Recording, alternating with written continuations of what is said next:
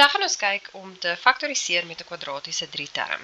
Die eerste ding is ek gaan 'n kwadratiese 3-term neerskryf en julle gaan leer hoe om 'n kwadratiese 3-term te identifiseer. Die eerste een is daar is 3 terme, 1, 2, 3.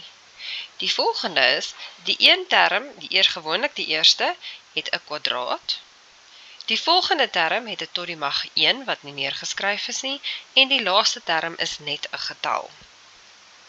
Dan gebruik ons die kwadratiese 3-term metode. Wanneer ons 'n kwadratiese 3-term faktoriseer, gaan ons iets kry met 2 hakkies. Om die eerste x kwadraat te kry, moet ons natuurlik 'n x maal met 'n x. Nou gaan ons kyk na die volgende 2 getalle. Om die laaste getal te kry, die 4, moet ons die getal wat hier staan en die getal wat daar staan in my hakkies met mekaar maal om die 4 te kry. So wanneer ek 4 faktoriseer, moet ek kyk na die faktore van 4. Nou as ons kyk na die faktore van 4, het ons 2 opsies. Ons het of 1 en 4, of ons het 2 en 2. Nou julle sal sien, ek probeer altyd die faktore so langs mekaar neerskryf wat ons moontlik het. Dan gaan ek net gou met 'n rooi pen werk en ek gaan vir jou wys. Eerstens gaan ons probeer om met 1 en 4 'n 5 te kry. Kan ons met 1 en 4 deur 'n plusse of minusse hier in te sit 'n 5 kry?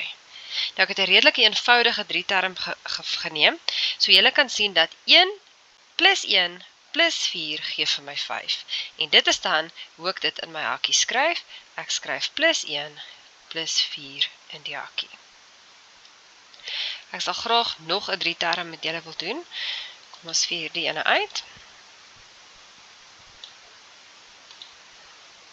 Daar sal ook nog 'n video wees waar daar meer ingewikkelde 3-term is wat julle kan oefen.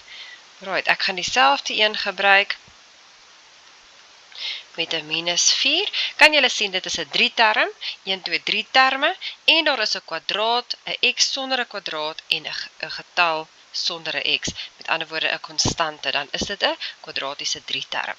Wanneer ek 'n kwadratiese 3-term faktoriseer, moet jy onthou, ons het 2 hakkies nodig. Vir die eerste x kwadraat, as ek dit faktoriseer, dan weet ons dit is x maal x. Dan kyk ek na die laaste term. So ons kyk eers na die eerste term, die x, en ons kan hom inplaas xx. Dan kyk ons na die laaste term.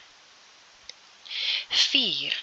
Wat is die faktore van 4? 1 en 4 of 2 en 2? Kan ek deur 1 en 4 te gebruik by die antwoord plus 3 uitkom? Is dit moontlik om 2 en 2 te gebruik om by plus 3 uit te kom?